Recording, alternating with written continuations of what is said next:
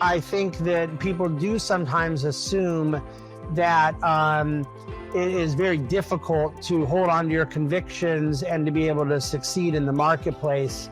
And that my last book, you mentioned full-time work and the meaning of life. I really make an argument for Christians being more excellent in their craft, more diligent, more ambitious, because I believe that when we achieve in the marketplace, it makes discrimination a lot harder.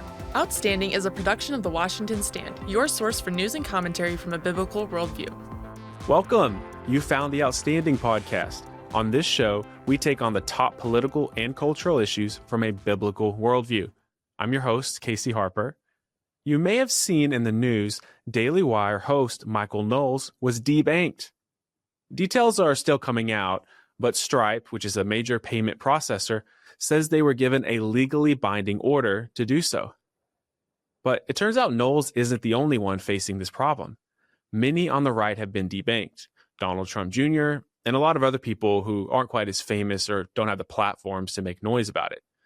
Well, our guest today is David Bahnsen, and he is a debanking expert. He's an expert on a lot of things, actually, and I'm very glad to have him. But debanking is when a bank decides that you're too conservative, and suddenly your bank account is closed. You reach out for help, and you don't get very much help. Maybe even the bank or the financial provider denies that they debanked you at all. And a lot of people are struggling with this. So David is here to explain. David, thank you for joining us. Well, thank you for having me. Yeah, I think you've written about this. You've talked about it. You were on the podcast a few months ago. It was a great episode talking about your book, Full-Time Work and the Meaning of Life. You have a few books. You're a Christian, a believer, a speaker, a writer. Oh, and by the way, you lead the Bahnsen Group, which manages billions of dollars in assets.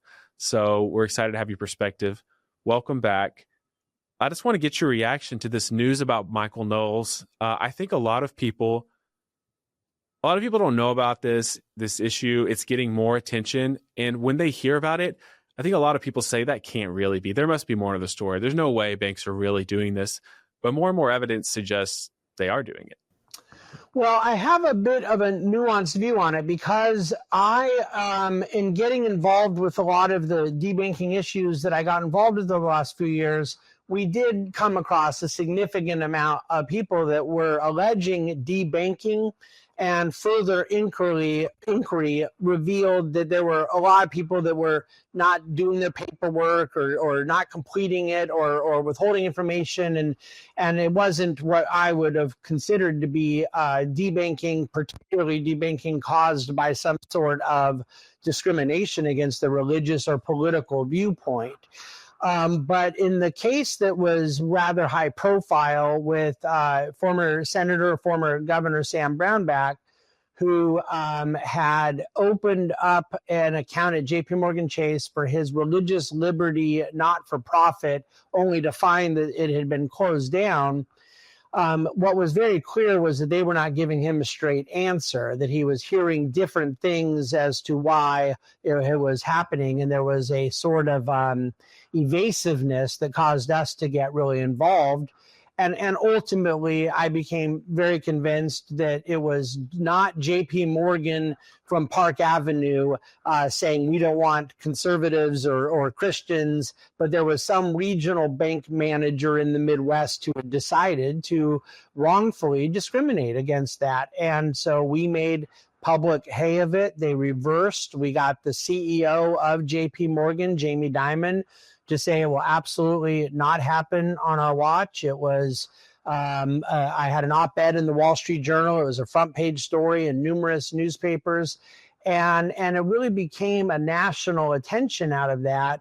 And we, JP Morgan published the fact that they had 56,000 accounts or something between 50 and 60,000 of accounts for various conservative groups, churches, religious groups.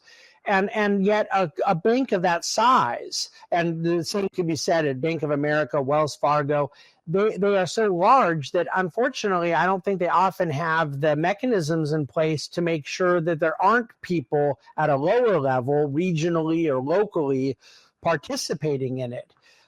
So there has been a really good enhanced effort from the larger banks to make sure that they don't have rogue actors practicing this form of discrimination. And my viewpoint was it's a very bad thing if one is a shareholder in these firms that to be turning away business based on political or religious discrimination. The issue with Stripe is a little bit different because it's not a bank, it's a payment processor. And there are certain First Amendment rights that people do not have to work with folks that they do not want to. It isn't like a utility company saying we don't want to provide electricity to someone if they don't believe something. I run an $8 billion wealth management firm, and I can promise you that if Planned Parenthood came to me and said we want to open an account, I would not do it. Yeah. The difference is transparency, disclosure, and explaining in a relationship business, here's who the types of people we want to work with are, who is not. And the banks were not doing that. The banks were denying that they were doing it. And I think that that is what is front and center here. JP Morgan had a payment processor as well that had some that they had acquired, and it had some legacy language that was very discriminatory. They got rid of all of it. And so I had done shareholder resolutions to address this, and we were really very pleased with how much JP Morgan Chase moved on it. I don't know the specifics of the case that's come up this week with Michael Knowles and what exactly Stripe is appealing to or not. I also don't know what their language of their agreements allows for. It isn't a bank, it's a payment processor. But what I do believe should happen, where someone has said, hey, we don't want to work with you for whatever reason, is they should at least be public and transparent about it and say, we are a payment processor that doesn't like the way 50% of Americans feel on an issue. If that's what they want to say, then I feel very differently about it than if they're hiding the ball. Yeah, and I don't think anyone really knows the details on the Knowles case yet. It's still coming out. It's probably wrapped in a lot of legalese that, and court filings that'll come out over the next few weeks and months. There's a few things happening here. One, there's a general skepticism on the right of these large institutions because there's been so many small instances, not just of banks, but other institutions of things like this, where there's no really benefit of the doubt given anymore, because it does seem that the mistakes always seem to happen more to those on the right, and these kinds of mistakes don't happen nearly as much on the left. That could be partially a perception bias and the kinds of media we consume, and there's something probably maybe to that, but it seems to always target one side. And the other side of this is, I don't think this has been widely known at all, is that the Biden administration was really pressuring different institutions, including banks, to clamp down on conservatives in some cases. And so there's some reporting, for instance, that the Biden administration circulated to banks a list of hate groups that they should, reconsider doing business with. And to get a letter, as a financial institution, to get a letter from the federal government is no small thing, warning you. I mean, it maybe doesn't immediately come with consequences, but you can't ignore that. And some of the hate groups, are things you might say, okay, well, yeah, it's like the KKK or something, but they also lump in there a lot of groups that are like Liberty, Justice Council, or groups like our Family Research Council. And it's kind of laughable, honestly, to be lumped in with some of these hate groups. It's not new, but it's laughable. And so I don't really buy that, all the big bankers are conspiring to like shut down the conservative movement in America. But when you put down when you combine the pressure from the Biden administration and the federal government, some of the language that was put in to how you should consider, and I hope you can explain this, how reputational risk was included as a factor that banks should consider. And so they almost had a legal obligation to consider not doing business with people that are considered, controversial. Yeah. Can you talk about that federal pressure that maybe would push an otherwise neutral bank to maybe make a decision like this, or a payment processor or whoever? Well, I think it's important to point out that the press is largely focused on one side, where it has been discriminatory against people like us that have a certain religious or political belief system. But the reputational risk thing, I was a managing director at Morgan Stanley, which was one of the largest investment banks in the country.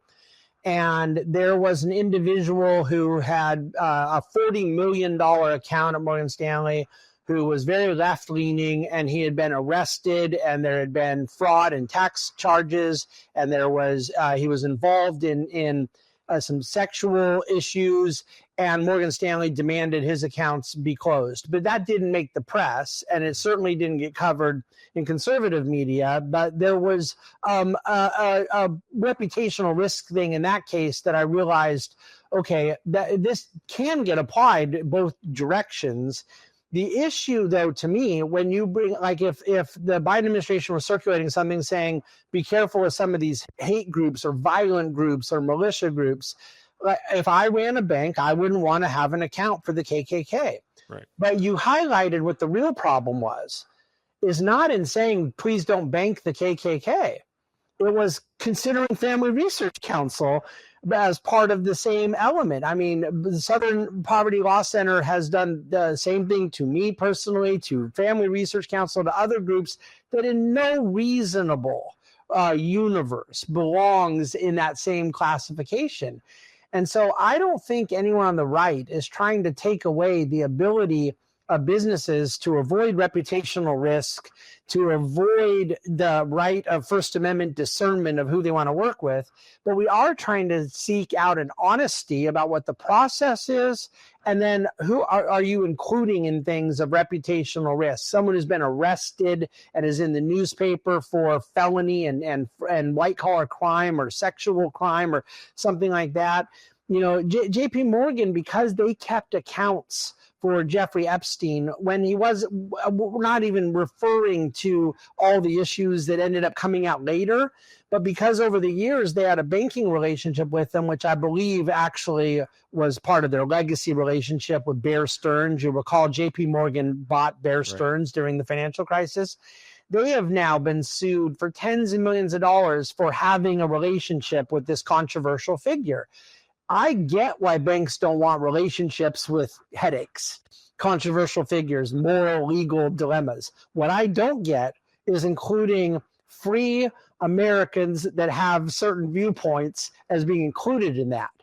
And so we all do well in this issue to insist on honesty.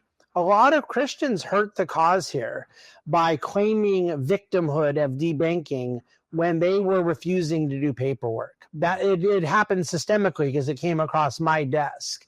We have to be honest about where there are debanking allegations, and most certainly these institutions that, as you point out, have lost a lot of credibility.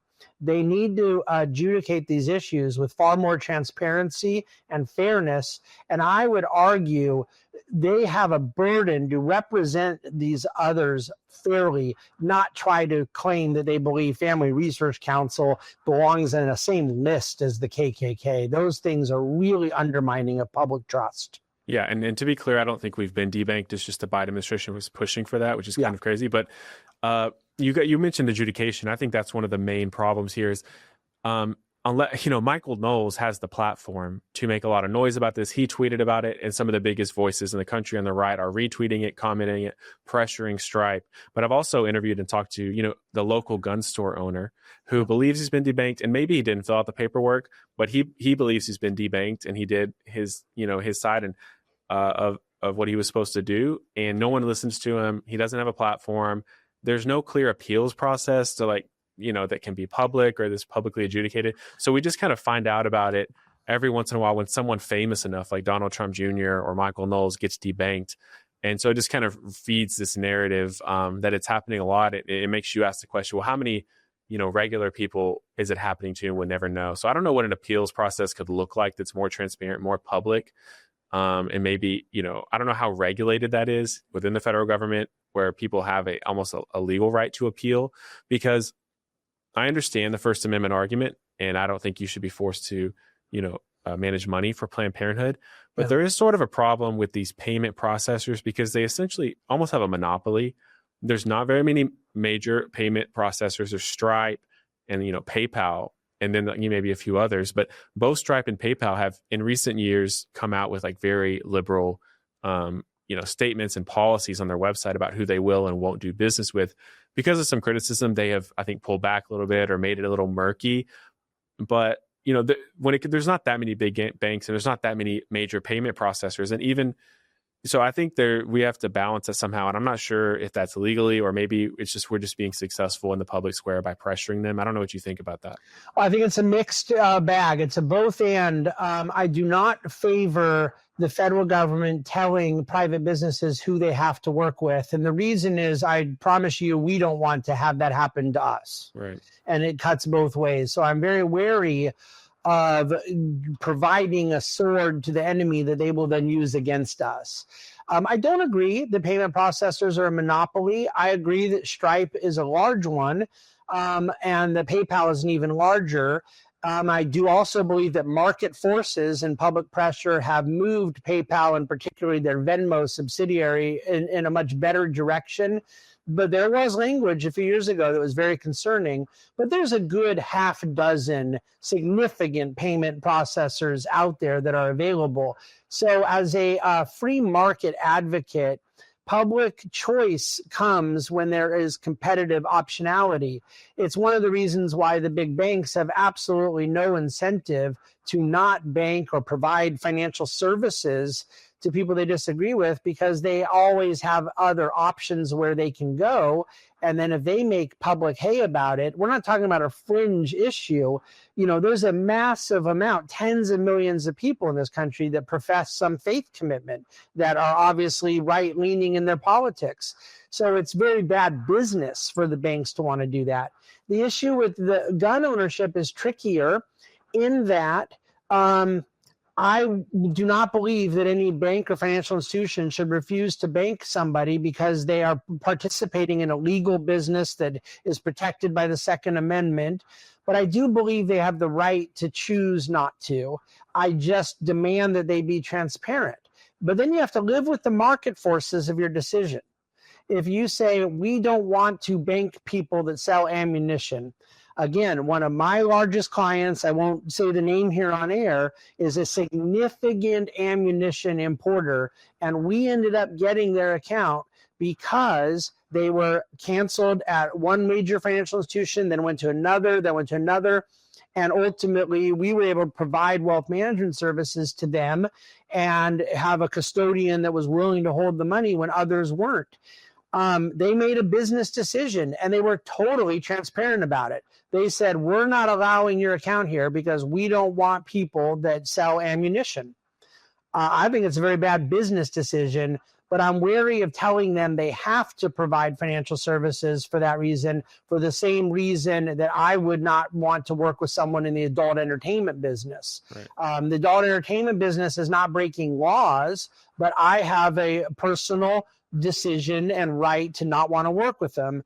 We need to balance these things. And the way you worded it before, I think, is very helpful. It's a both and of where some of these issues are legal and some of them require market forces, social pressure to be the way we go about getting things done.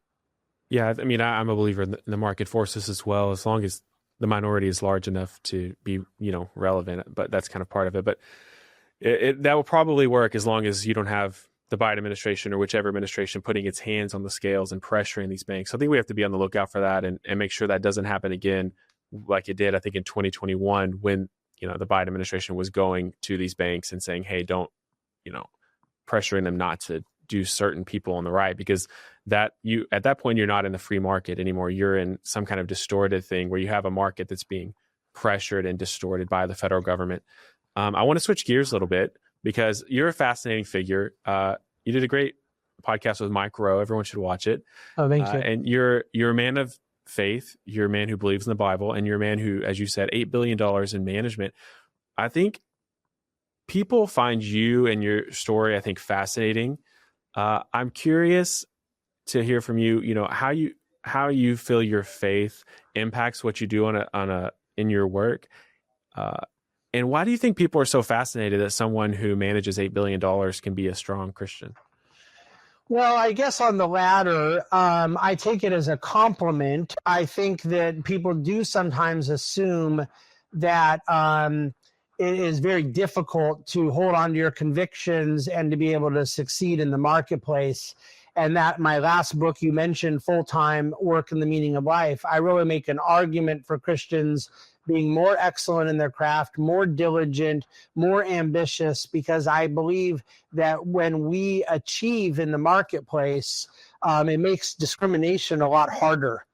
Self-interest is going to drive people to want to work with the best practitioners. And sometimes people are so discriminatory, they may shut you out. But the fact of the matter is that we have an opportunity to present a wonderful witness.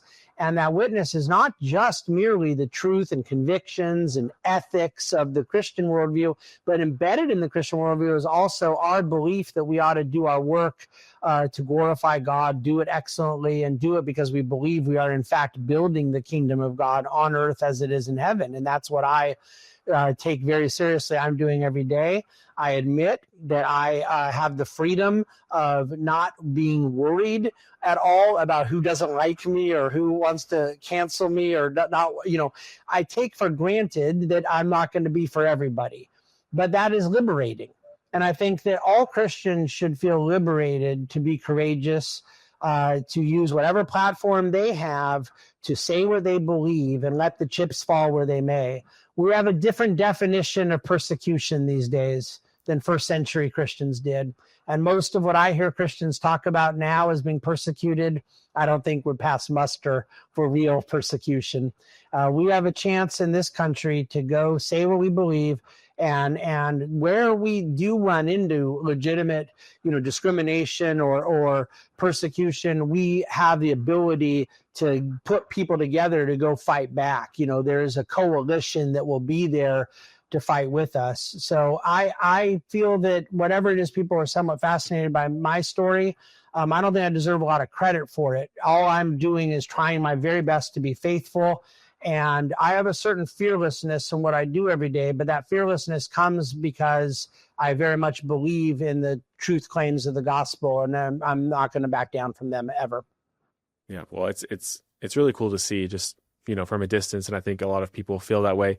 I want to ask you one more thing as we kind of land this plane here and wrap up, and it's related. I've heard you talk a lot about young men in particular, and I'm very interested in how the next generation is experiencing the economy. I think there's sort of an economic hopelessness that has set over the younger generation, especially men. Of course, we know a lot of the statistics about different drug use and ending their lives and withdrawing from the workforce. I think I try to be pretty moderate on this. It's pretty fashionable to bash that generation and, say they don't work hard enough, but I know them. Of course, I'm a bit younger myself. And there are a few structural problems, I think, that make it very discouraging to try to get ahead in the economy. One is home ownership is very difficult. I think the average age of home ownership now, first time buyer is like 38. You can correct me on that, but it's getting older and older. It used to be much younger.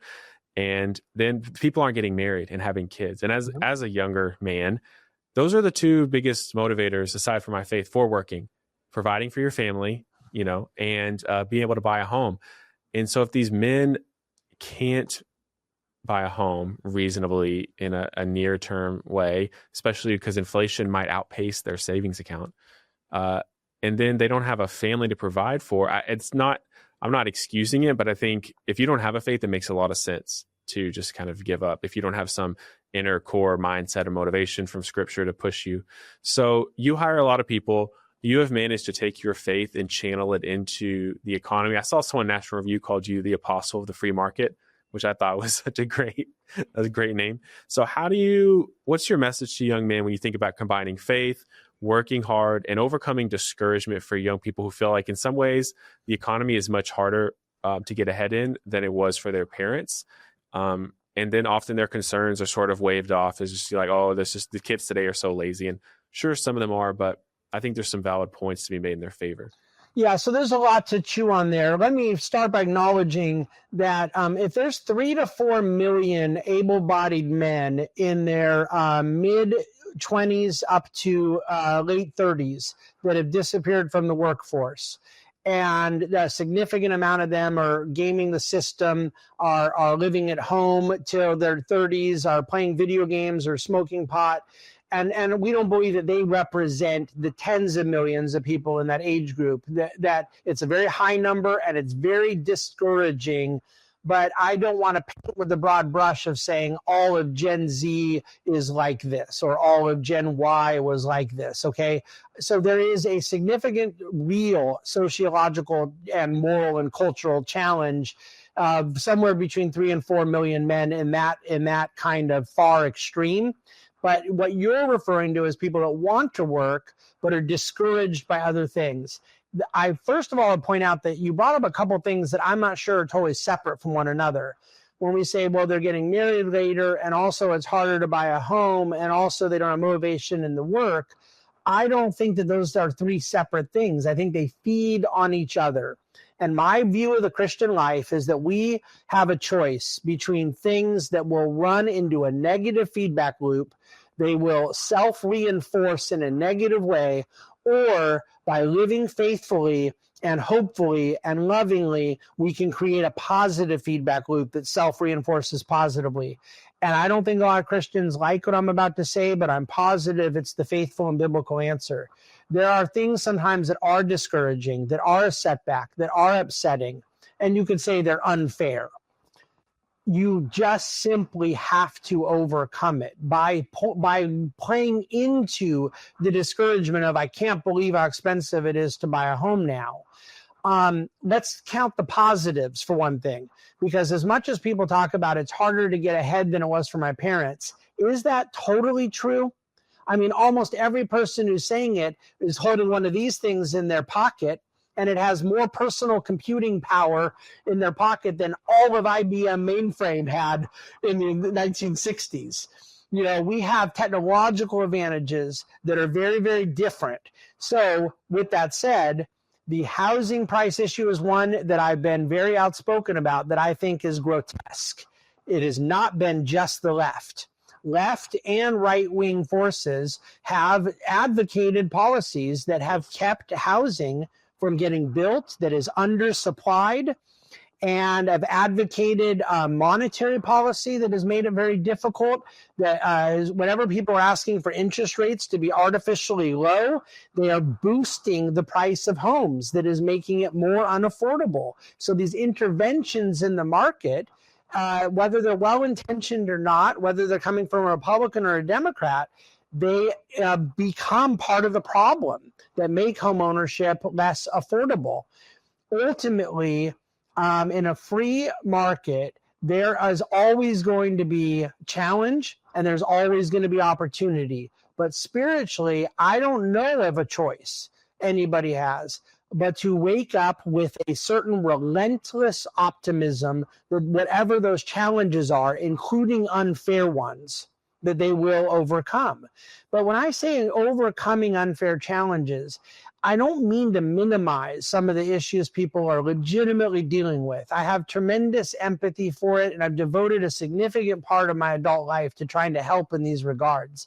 But I also am aware of the other side of this coin, that self-pity and victimhood can become very parasitic. It can really take over someone's mentality, both heart and mind, and make their success more difficult.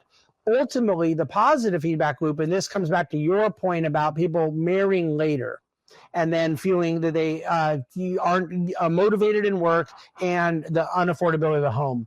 The virtuous cycle I believe in versus the vicious cycle is a generation of young men that are more marryable and more employable, because I believe more marryable men are more employable and more employable men are more marryable.